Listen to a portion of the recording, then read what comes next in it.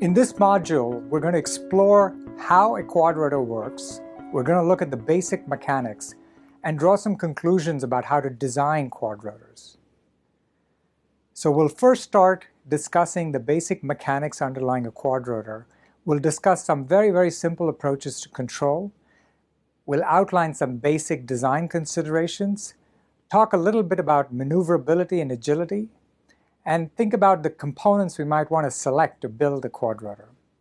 And in the end, we finally want to explore the effects of size. So what does it mean to create a bigger quadrotor, and how does that impact performance? And conversely, how do things scale down as you decrease the size? Let's start with the basic mechanics.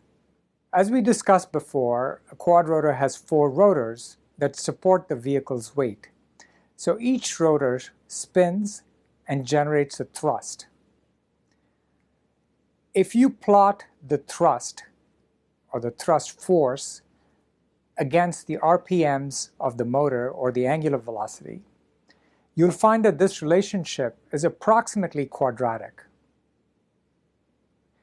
Every time a rotor spins, there's also a drag that the rotor has to overcome.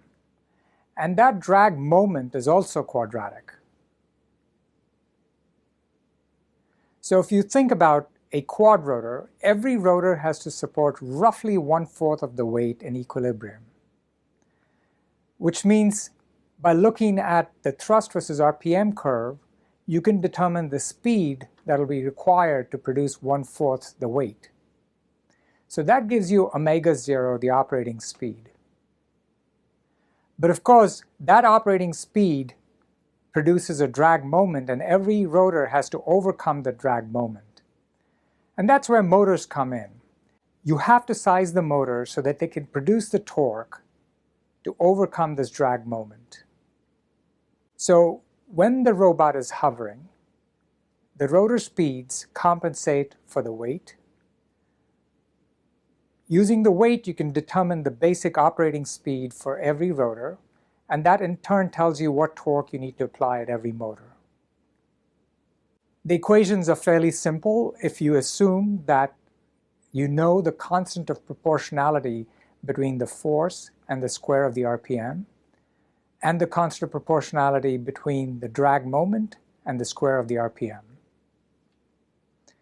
You can calculate the resultant force quite easily. It's the sum of the 4 thrusts and the gravity force. And if you know where the center of mass is, you can quickly calculate moments about the center of mass.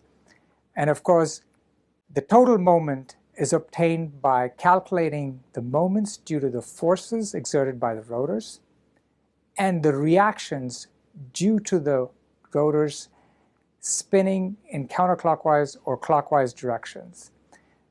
Those reactions are moments, and they add to the net moment. In equilibrium, the resultant force is obviously 0, and the resultant moment is also 0. But what happens when these resultant forces and moments are non-zero? Well, you get acceleration. To keep things simple, let's first look at the acceleration in the vertical direction. So in the vertical direction, again, every motor thrust is the same, and they all add up to support the weight.